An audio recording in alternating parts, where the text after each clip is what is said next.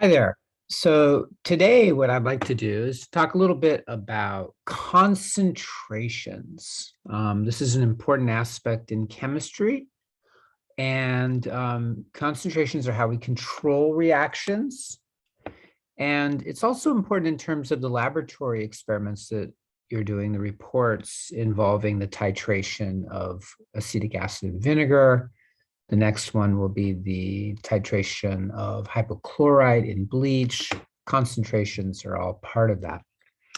The first thing I'll say is that concentration is a pretty simple concept, right? Imagine you have a container and you just have pure water in it.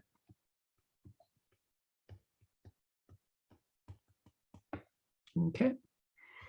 Pure water, 100% water, nothing else in there. Okay, that's what we would call a pure solvent. Now, we're all aware that water is able to dissolve certain materials, which we call solutes. So imagine that we actually studied this water and found that, in fact, there was tiny amounts of something dissolved in there, like salt, table salt, sodium chloride. We might claim that if it's tiny enough that we have trace amounts of sodium chloride, right? We have some pretty sophisticated techniques that can measure very low quantities of substances. So we might say it's trace. Then suppose we put just a tiny bit more. So it's no longer just the amount that we couldn't get out of there, but we actually add a tiny bit. All right, so each of these dots represents a solute particle, right? So it's no longer pure, right? Now it's a mixture, right? We now have a mixture, and the water would be the solvent, and the whatever we're dissolving there, sodium chloride, for example, would be the solute. So now there's more in there. So we might say not that it's trace anymore because there's more in there. We might say it's dilute. We have a dilute concentration of sodium chloride, not very much in there. Then suppose we start adding more in there. Okay, a lot of sodium chloride. Now, there's a limit to how much you can put in there because eventually what happens is the water will no longer be able to dissolve the sodium chloride. So let's say that we get right up to the level where you just really can't put any more in there. We would call this a concentrated solution of sodium chloride, right? So we had trace where there's just a tiny amount of the solute, dilute where there's some solute but not that much, and then there's a concentrated solution where there's a lot of sodium chloride. And in fact, what you could do is you can add enough to where it becomes saturated. And saturated means you really cannot add any more or it will precipitate out at the bottom. And we call that a saturated solution. Now, there are tricks you can do. You can heat the water up to a high temperature and dissolve some more because in general, many salts dissolve more at higher temperature, and you can put in more at high temperature and let it cool down. And sometimes what will happen is even though the temperature has been lowered, so some of it should precipitate out, it won't for a while. It'll stay dissolved, and we call that a supersaturated solution. So that's an unstable situation. Eventually it will precipitate, but you can keep it unprecipitated for a little while anyways. But in any case, notice that, I gave you several terms there, right? There's trace where there's hardly any in there. There's dilute where there's more, but still not that concentrated. And then a lot, we called that concentrated. And then right at the limit where it's going to precipitate, we called that saturated. And then the little trick where we raise the temperature, put in a little more, and then let it cool down, where we call that supersaturated. So notice we have categories here, but we're not quantifying it, right? These are pretty qualitative terms, right? These are descriptive terms, but they're not quantitative. We want to be able to quantify things because if we want to know how much reactants to put in to make a certain amount of products, or we want to figure out what how much of something is in the water, we want to do tests, we want to quantify things. So that's really what this section is about. It's about quantifying what we call concentration. Concentration, I'll use a C for concentration, is typically the amount of the solute divided by the amount of solvent or amount of solute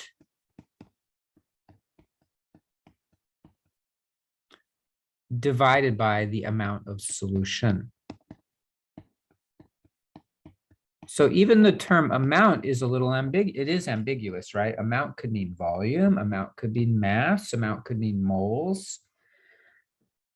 So I'm being deliberately ambiguous with this term because it turns out, depending on the situation, we use different definitions of amount. Sometimes we use mass, sometimes we use volume, sometimes we use moles, right? It just depends on it, on the situation. So, but in general, it's either the amount of the solute, right? So the amount of these dots divided by the amount of solvent, which is the water in this case, or the amount of solute divided by the total solution, everything together, which would be the solvent plus the solute, right? So a solution is really the solvent plus the solute. And I'll put in parentheses in S because there could be more than one solute, right? Like if you take Kool-Aid, it doesn't just have sugar in it. It has flavors in it. It has dyes in it, and it has tartness molecules in there, like citric acid. So there's different substances in there, but the solution is everything together, okay? The solvent is the substance that's dissolving the solute, and the solvent is generally, or almost generally, almost always, in a greater quantity, right? So if there's something that there's more of it, it's the solvent. And if there's something there's less of, it's the solute, okay? Now, we're gonna focus in this particular section on one type of concentration, right? And think of concentration as a ratio, how much of this there is divided by the solution, the amount of solution, right? So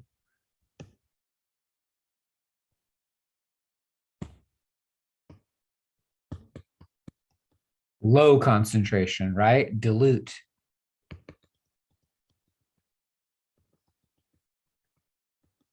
High concentration, concentrated, right? That's essentially the idea. It's very simple. So the type of concentration we are going to do is called molarity. And molarity, the word molarity is kind of like density. Density is typically for us mass over volume, right? For molarity, it's going to be moles over volume. So we're going to define molarity, and you're going to see very often a capital M used to symbolize molarity, capital M for molarity. And this is the number of moles of a given solute divided by the volume of the solution. So notice it's mixed.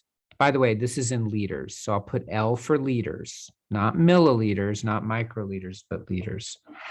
So molarity is the number of moles of the solute divided by the volume of the solution in liters. So the volume is how much space it takes up, the whole solution. Okay.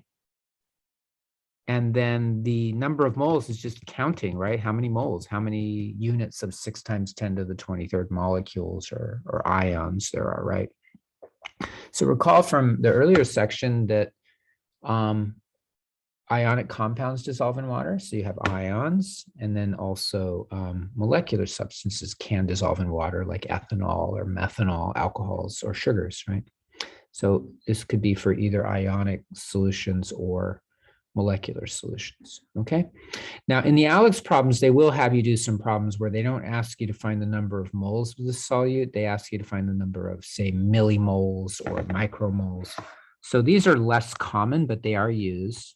Less common would be like millimoles over the number of liters or micromoles over the liters, okay? But the most common is moles over liters. And I find it useful. Remember how with density, we use D equals M over V, we use symbols to represent density, mass, and volume. I find that it's useful to do the same thing with molarities, N over V, right? So here, this refers to mass. This refers to moles of the solute, specifically moles of the solute. And we don't really need, for molarity, we don't need to have the moles of the solvent, because the solution is the volume, right? This is the solution we're talking about. So this is the solution volume.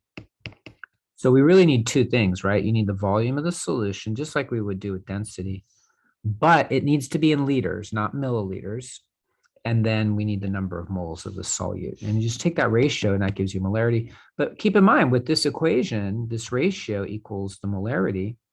By the way, molarity is an intensive property, right? Remember what an intensive property is? It's one that doesn't depend on how much you have. So if I take, a little bit of this solution out, well, that's not what I meant to do. If I take a little bit of this solution out here and move it over here, it's going to have the same molarity as this one does, right? Because it's going to have a smaller number of moles, but it'll also have a smaller volume. They scale with each other, assuming that everything is dissolved nicely and it's uniform concentration. Okay, so there's molarity, moles over volume, or sometimes they will just say calculate the concentration in terms of millimoles over liters or micromoles over liters. If that's the case, strictly speaking, it's not called molarity, but you're just having prefixes in there. So sometimes that happens. So let me look at the first problem here. The first problem here is calculating the molarity using solute moles. Okay. Okay. So a chemist prepares a solution of aluminum sulfite, Al2SO3, by measure. Now, there's a lot of parentheses in there. Don't get distracted by the parentheses. The inner parentheses are there because you have a polyatomic ion, right? There's 3 sulfite ions attached to the 2 aluminums, and polyatomic ions need to have parentheses. But then the outer parentheses are not there for chemical reasons. They're just there for formatting reasons. They're just putting it in there so that you can see that aluminum sulfite is this formula. They measure out 27 micromoles of aluminum sulfite into a 100 milliliter volumetric flask to the mark with water. Calculate the concentration in micromoles per liter of the chemist's aluminum sulfite solution, rounded to 2 significant digits. Okay, so micromoles per liter are the units they're telling you to figure out, micromoles per liter. Okay, 27 micromoles of the solute, right? The water is the solute, 100 milliliters. They don't want milliliters though, right? They want liters, right? So it's really, to be honest with you, it's just a unit conversion problem. So 27 micromoles of aluminum sulfite, okay, in 100 ml of solution. Okay, now the 100 milliliters, you might think, oh, they added 100 milliliters of water into this volumetric flask, but that's not true. It's actually hard to tell how much water was added. A volumetric flask will have a little ring on the neck.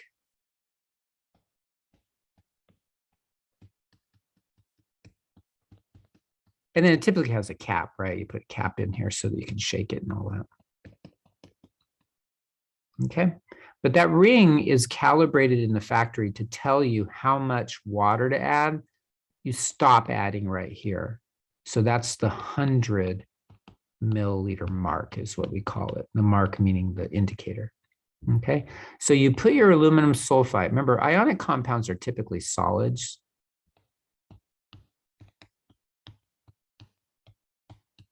Okay. Ionic compounds are usually solids, except some unusual ones. Then you're going to add water.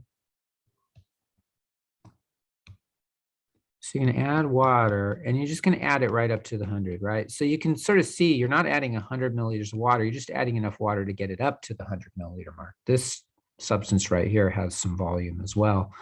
They're not additive, actually, interestingly enough, right? Because the aluminum sulfide dissolves in the water. So if I put in a milliliter of aluminum sulfide in 99 milliliters of water, you won't get 100 milliliters out of that. The volumes it's more complicated than that. So that's why we put the mark there. That's why we put the ring there. You put the solid in, and then you add water up to the mark, and the total will be 100 milliliters. Okay. Now hopefully it'll all be dissolved. Okay. So let's do our molarity. So they want the units to be micromoles. So we have 27 micromoles, but the volume is 100 milliliters. We don't want 100 milliliters. We want it to be liters. We want to convert that to liters. Okay, so read the instructions a couple times. It'll tell you what the units they want you to have it in. Okay.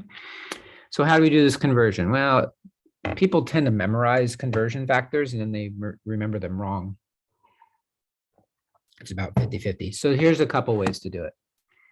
Milli is 10 to the minus 3. So this is 100 times 10 to the minus 3 liters, right? Milliliter is 10 to the minus 3 liter, okay?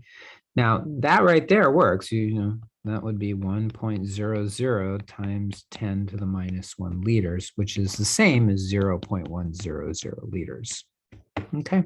You can also say, look, it's 1,000 milliliters is a liter.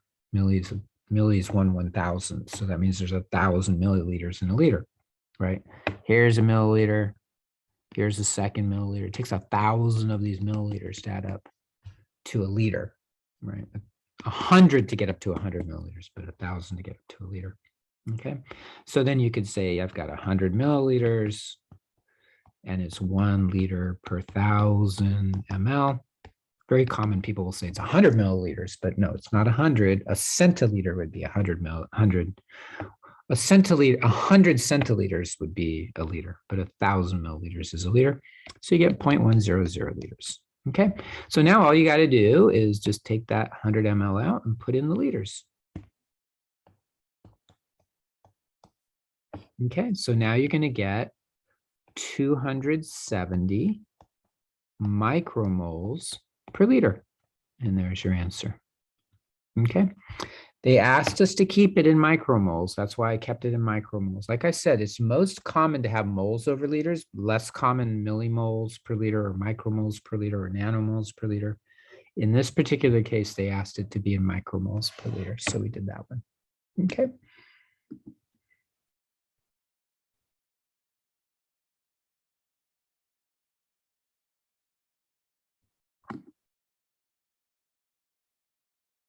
Okay.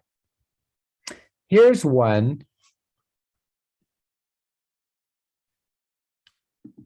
where they ask you to actually have it moles per liter. I believe. Let's read it over.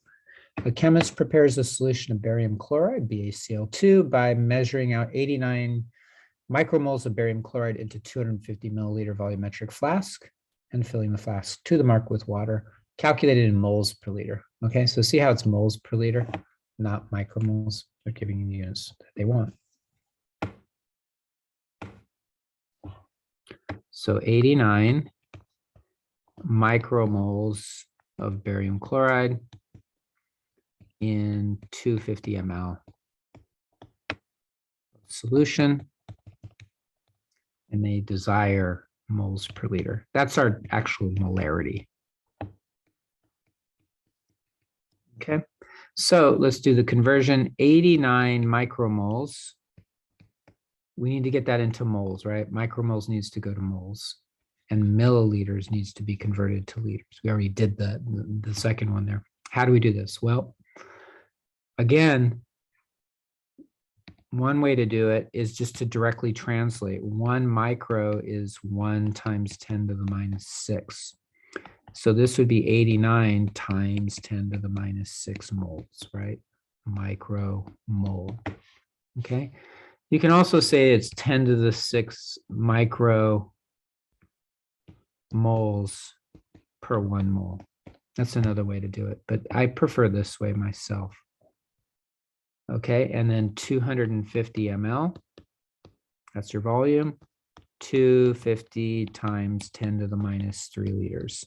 Your calculator can handle that. As long as you know how to enter it properly into your calculator, you can enter it in that notation, 250 times 10 to the minus 3, 89 times 10 to the minus 6. So now notice what's going to happen. You're going to get the correct units.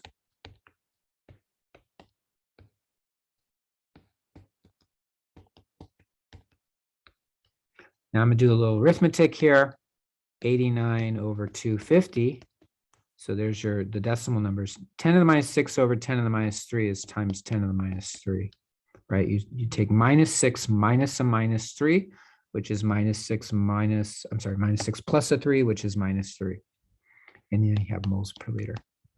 So it looks like it's going to be around 10 to the minus 4, right? Like 5 times, I don't know,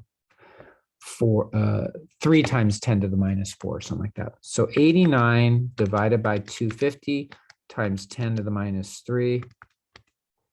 And it looks like it's 3.56 times 10 to the minus 4. Yeah, there you go. And again, you'll see this written as 3.56 times 10 to the minus 4 molar. The way we pronounce the capital M is M-O-L-A-R, molar, like a molar tooth, actually, right? In any case, there you go. All right, so there's the first type of problem. What I want to do now is show you the second type of problem, which is calculating the molarity if they give you the mass of the solute instead of giving you the moles of the solute, right? So we're kind of taking little baby steps here moving forward. So this one, you're calculating the molarity using solute mass. A chemist prepares a solution of potassium iodide, Ki, by measuring out 9.26 grams of potassium iodide into a 250 ml volumetric flask and filling the flask to the mark with water. Calculate the concentration of moles per liter of the chemist's potassium iodide solution. Round it to 3 significant digits. So notice the difference here is they're giving you the mass. They're not giving you the moles of the solute. So you just need to do a mass to mole conversion, right? Remember back in chapter 3, that was one of the important conversions. If I have 55 grams of water, calculate the number of moles of water by using its molar mass. We said that you take the mass, you divide by the molar mass, and that gives you the number of moles. So that's all you're doing differently here. You're just taking the mass, dividing by the molar mass to get the number of moles of the solute. Now that you got the moles of the solute, you can calculate the molarity. Okay, so let's take a look.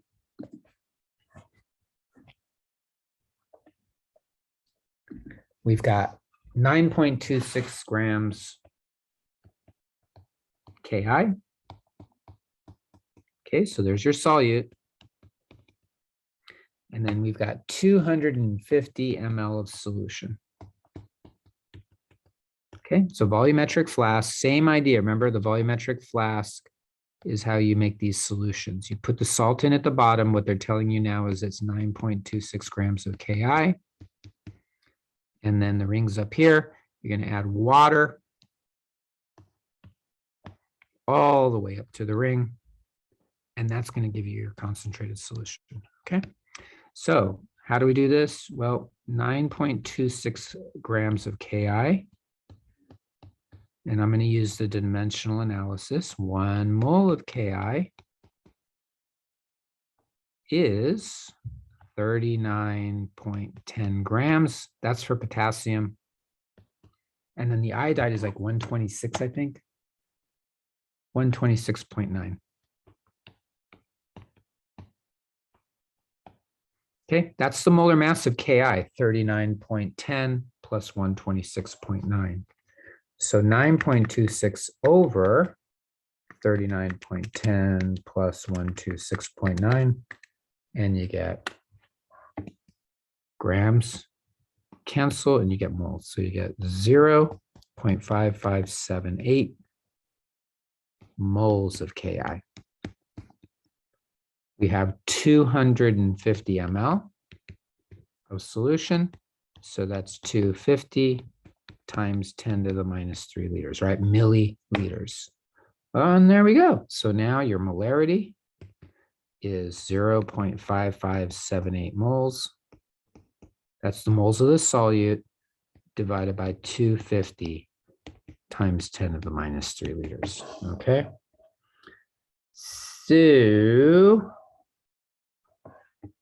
this should be 557.8 over 250, right? If I'm dividing by 10 to the minus 3, that's like multiplying by 10 to the 3. So I'm going to move the decimal point 3 places, and I get 557.8. So it should be a little over 2.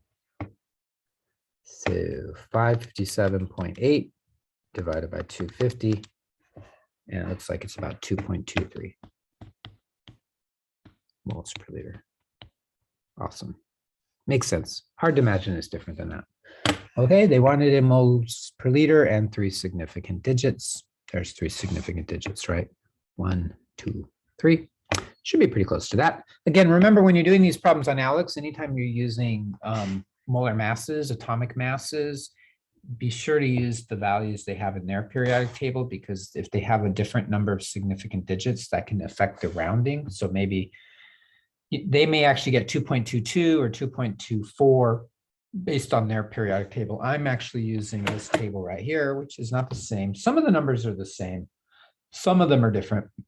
They're close. And, to be honest with you, the difference between 2.22 and 2.23, that's not important to me at this stage in this course. It might be if you were taking an analytical chemistry course, but not in this course. But again, you have to take these, you have to do these work with the software you're using. So you don't want to frustrate yourself.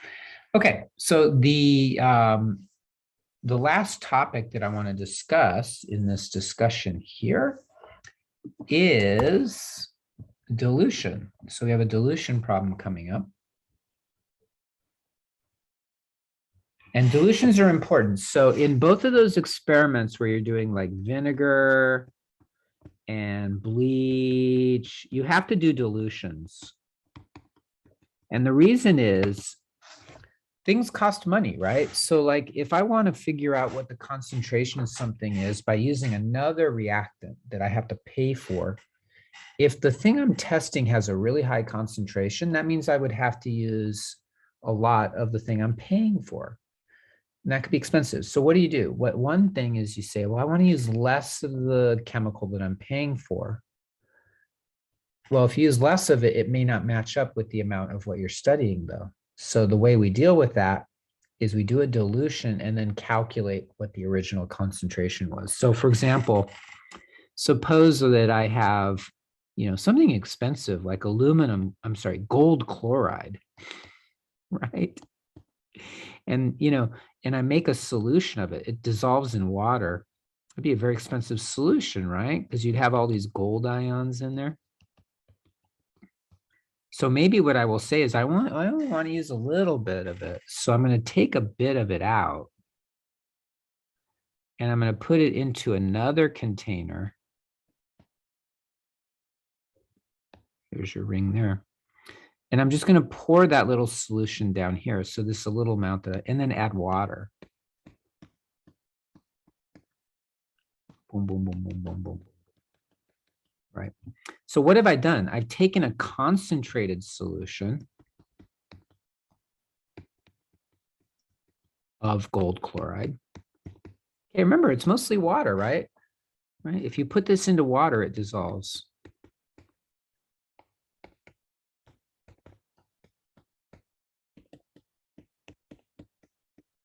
It dissolves into the water. So it's really gold ions and chloride ions mixed in real well. Take it over, put it into here, add some water. I now have what was called a dilute solution. And it turns out mathematically, there's a relationship between the concentrations. The molarity of this solution, which I'll put C for concentrated, times the volume that I take out of the concentrated solution. So this small volume right here, not the whole thing, but just the amount I'm taking out. How much is that? Maybe a milliliter, maybe 5 milliliters, whatever it is. That is going to be equal to the concentration of the solute over here. So D for dilute times this whole volume here which is the volume of the dilute solution. And this is an equation you can use to do calculations for these problems. The reason it works is because molarity is really moles of the concentrated solution that you're taking out, divided by the volume of the concentrated solution you're taking out. So if you multiply that by the volume that you're taking out, you just get the moles of the concentrated solution. Same thing over here. The molarity of the dilute solution is the moles of the dilute solution over the volume. But if you multiply that by the volume of the dilute solution, these cancel. And what you get is NC equals ND. Does that make sense? It should, right? Because if I'm taking something out and putting it into here, the number of moles of the gold that I'm taking out should be equal to the number of moles that I'm putting in here, right? You're not losing them. They're not vaporizing or doubling. So they have to be equal, right? So this equation works out very nicely. Sometimes this is written as M1V1 equals M2V2. But just keep in mind, the 1 refers to how much you're taking out, the volume you're taking out. M1 refers to the molarity here, the concentration. And then V2 is the total volume here. And M2 is now the dilute concentration. So that works. Sometimes people do that. Sometimes people will do C1V1 equals C2V2. You'll see different formation, different structures of this, not structures, but different symbols used. And, I'm going to use M1V1 equals M2V2. I like that one. That's the one I learned when I first started taking chemistry. I think it's still a simple one to use. And it'll help us out when we do gases in a couple of chapters. All right. So M1V1 equals M2V2. 1 refers to the concentrated solution, sometimes referred to as the stock solution. And then this one is, this one I think is sometimes referred to as the working solution.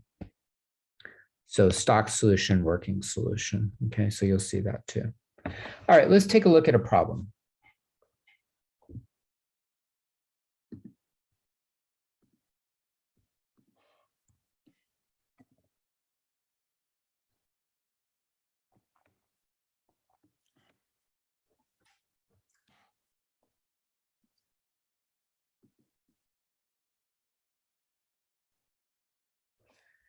A chemist makes 340 ml of sodium nitrate, NaNO3, 340 milliliters. That's your working solution. By adding distilled water to 70.0 milliliters of 10.7 molar stock solution of sodium nitrate and water, calculate the concentration of the chemist's working solution and round it to 3 significant digits. Okay, so let's dissect this. 340 ml of sodium nitrate working solution. I'll be honest with you, that term is kind of new to me. I've only seen it in Alex. The working solution is what you're going to work with, and you make it from the stock solution. So you go to the stock room, you make a stock solution, you bring the solution into the working room, and you work with the stock solution, make a working solution, right? So it's what you're actually using to do whatever kind of experiment or reaction you're doing. So the working solution is the dilute solution, and then 70 milliliters of stock solution is being used to make it. Calculate the concentration of the working solution. So notice they give you the volume of the working solution, the volume of the stock solution, the molarity of the stock solution. There's a pattern to these problems, which is M1V1 equals M2V2 has 4 things in it. M1, V1, M2, V2. It's a very simple equation, right? One side equals the other. If you know 3, you can just use algebra to figure out the 4th without really even knowing what you're doing. So some of these dilution problems, you can get them right even if you don't really have a deep understanding of what's happening. But you do want to have that, right? There are pharmacists out there that don't know how to do dilutions, and there are paramedics that don't know how to do dilutions, but we want to know how to do dilutions, right? So you start with a high concentration, you take a volume of it, that volume you transfer to another container, you add water to it to give it a new volume, and then you can calculate its concentration, okay? So from that perspective, you have a volume, another volume, a molarity. What's the other molarity? Okay, so let's this up here. Okay, so you have 340 milliliters of working solution. Okay, so that's the first piece of information that's given. And you're also given that you have 70 ml of 10.7 molar stock solution. And then they want you to calculate the concentration of the working solution. Okay, it's actually pretty simple, right? Notice how I put these two together. It's actually something I remember from the third grade when we were first doing word problems, which really I struggled with it. One of the things the teacher said back then was that when you see the word of in a word problem, it usually means multiply. So when we say 70 milliliters of 10.7 molar, that actually holds true here. It's 70 milliliters times 10.7 molar, right? And so that comes back to this issue, M1 V1 equals M2 V2. So M1 is the concentration of the stock solution. V1 is the volume of the stock solution. And this is the amount you use, right? It's not how much stock solution there is. We're only taking some of it out. It's the amount that we're taking out. M2 is the concentration of the working solution. And then V2 is the volume of the working solution.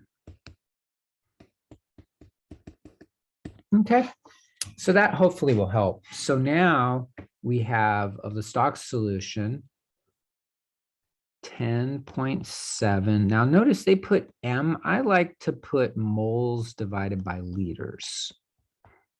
Because remember, molarity is moles over liters. So there's your M1. Your V1 is right here.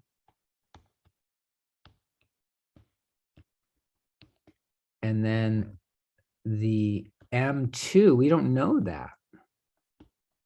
Right? We don't know because it actually asks us calculate the concentration of the working solution. That's M2 times 340 ml. Okay. They ask us to find M2, right? That's clearly what they're asking. So I'm just going to divide both sides by 340 ml. That's all we need to do. The 340 ml divided by 340 ml is 1, and that leaves us with M2. And then look at the units, milliliters divided by milliliters, moles per liter. So our units here are going to be moles per liter, which is what we would expect for molarity. So it looks like it's 10.7 times 70 over 340. So it looks like it's 2.20 moles per liter. And there you go. There's your molarity. Now, I'm going to check to make sure that makes sense. It's easy to make mistakes, right? Okay, now the total volume of the working solution is 340 ml, right? So what did we do? We took 70. So I'm just kind of saying, 70 over 350 is 1/5.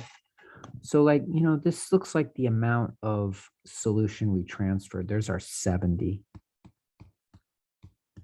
That's probably a little more than 70 actually, but in any case, so let me lower that a little bit.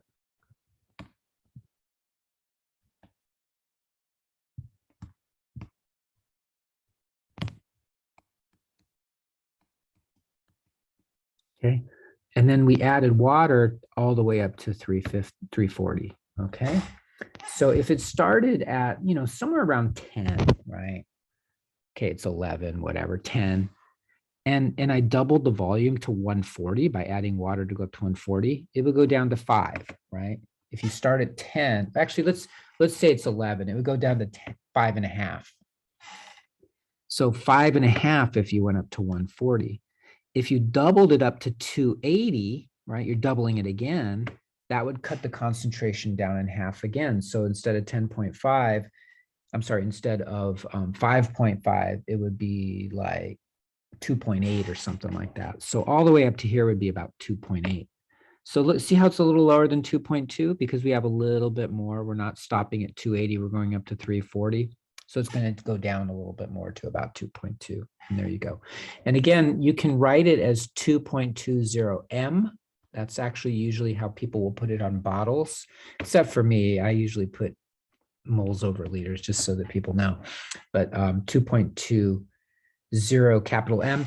I just want to mention one thing. There's another related term which you may have heard of called molality with an L, not an R, but an L. And we usually use, confusingly, a lowercase m for that. So that's confusing because lowercase m usually means mass in terms of like mass equals, m equals, but this is a unit, right? So we would see it, you might see something like 1.5 lowercase m. That's referring to molality. If you see 1.5 capital M, that's referring to molarity. Okay, so be careful. It shouldn't be lowercase m, it should be uppercase m. And I'm not going to go over molality in this course. We usually, or in this discussion, we usually cover it later in the course. Okay, so there's your 3 types of problems involving concentration. Make sure you're able to do all 3 of those, and you should be in pretty good shape. And that will really help you out with these lab reports as well. So have a great day. Have a great weekend. I hope everything is going well for you.